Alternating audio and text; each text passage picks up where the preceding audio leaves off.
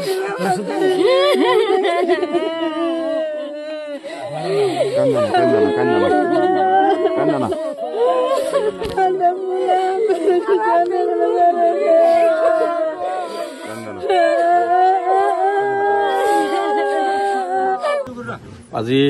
যি বাকৰিকুছিত আপোনালোকে জানে যোৱাকালি যি ধৰণে এই মানুহখিনিক উচ্ছেদ কৰা হ'ল আচলতে চৰকাৰখনে যে কি ধৰণে অমানৱীয় অত্যাচাৰী সংখ্যালঘুসকলৰ ওপৰত চলাইছে এইটো আচলতে ইয়াত আহি মানুহ নাচালে আচলতে অনুভৱ কৰিব নোৱাৰি।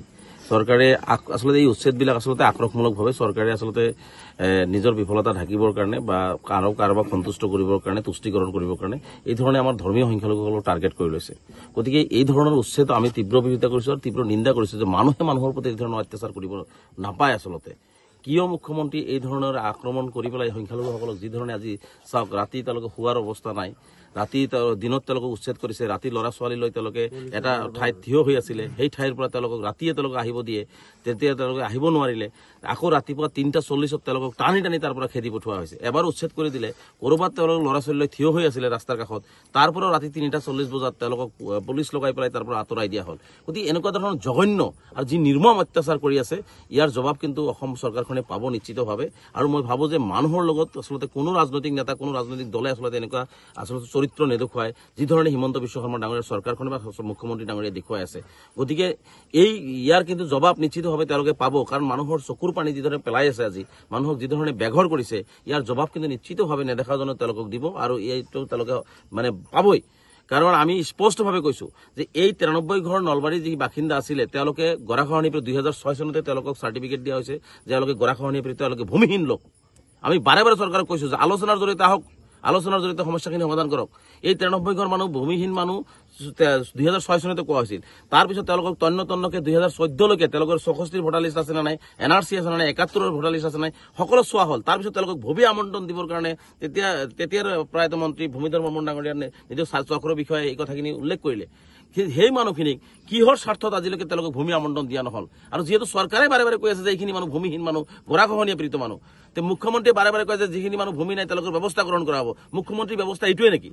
মুখ্যমন্ত্ৰীৰ ব্যৱস্থা এইটোৱে নেকি যে মানুহক ৰাস্তাত পেলাই দি থোৱা হৈছে, মানুহে আজি ৰাখাই আছে, আজি তেওঁলোকে তিৰপল এটাও নাই, তেওঁলোকে গছৰ তলত প্ৰখৰ ৰ'দত আজি গছৰ তলত তেওঁলোকে সেনেকে শুই আছে। এইটোৱে মুখ্যমন্ত্ৰীৰ নীতি আদৰ্শ নেকি? এইটো চৰকাৰৰ এটা নীতি হ'ব পাৰে নেকি? গণতান্ত্ৰিক দেশখনত এনেকুৱা ধৰণৰ অত্যাচাৰ মানুহে কৰে নেকি? গতিকে মুখ্যমন্ত্ৰী ডাঙৰীয়াক প্ৰশ্ন কৰিছোঁ যে আপুনি সংখ্যালঘুসকলক এনেকুৱা নিৰ্মম অত্যাচাৰ কৰি পাইছে কি? আপুনি পাইছে কি?